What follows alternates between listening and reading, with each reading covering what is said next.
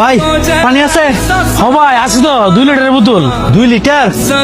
আচ্ছা একটা পানির বোতল দেন ভাই, ওই জায়গায় একটা লোক অ্যাক্সিডেন্ট করছে, হ্যাঁ বাঁচাইতে হইব, তাড়াতাড়ি দেন।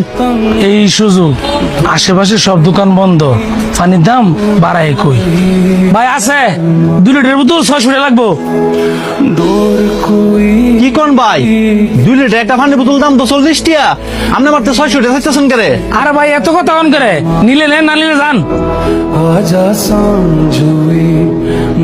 ভাই আমার কাছে 100 টাকাই আছে ভাই, আমার একটা পানির বোতল দেন না ভাই, ছেলেরা বিপদে পড়ছে ভাই, হ্যাঁ বাঁচাইতে হইব। কেডা বাঁচবো কেডা মরবো ইত্যা আমার থেকে লাভ নাই, নিলে 600 টাকা লাগবো।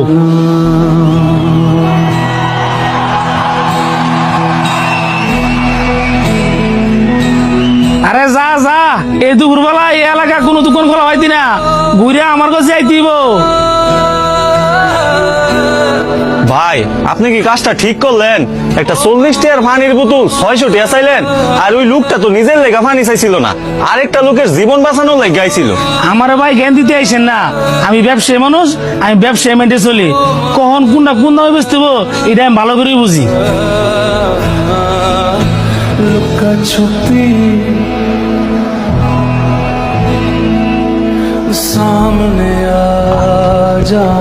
বাবা তোর কি হয়েছে ভাই? এটা তোমার ফোলা? আরে ভাই আমি তো হেল লেগে পানি নিতে পারছিলাম, অ্যাক্সিডেন্ট করে রাস্তা আমাদের পড়ে ছিল, আপনি তো পানি দিলেন না।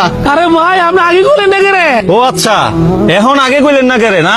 নিজের সন্তান দেখে আপনার এইভাবে বুক কাঁপতাছে, আর অন্য মায়ের সন্তান যে রাস্তার মধ্যে পড়ে ছিল, ভাই এসে আপনার কাছে আকুতি মিনতি করছে এক বোতল পানি দেওয়ার লাগিয়া, অন্য মানুষের সন্তানের লেগে আপনার বুকটা কি একটুও কাঁপলো না ভাই? আপনাদের মতো ব্যবসায়ীরা হচ্ছে দেশ ও দশের কলঙ্ক। রাসূল সাল্লাল্লাহু আলাইহি সাল্লাম ব্যবসাকে সর্বোত্তম হালাল পেশা হিসেবে স্বীকৃতি দিয়েছে। আরে ভাই এই দেশের মধ্যে যদি কোনো মহামারী দেখা দেয়, মানুষ মরা শুরু করে, তাহলে পারবেন না আপনারা কাপড়ের দামটাও বাড়ায় দিবেন। কিছুদিন আগে মাইলস্টোনে বিমান দুর্ঘটনা হয়েছে, ওই জায়গার মতো আপনাদের মতো অসাধু ব্যবসায়ীরা ঠিক আপনার মতোই করে পানির দাম বাড়ায় দিছিল। 1 লিটার পানির দাম 400-500 টাকা করে তারা বিক্রি করছে। তাহলে চিন্তা করেন আপনারা কতটা মনুষ্যত্বহীন। উনাদের মতো মানুষের কিছু বলার নাই ভাই, বাচ্চার অবস্থা অনেক খারাপ, এর এখনই হাসপাতালে যেতে হইব।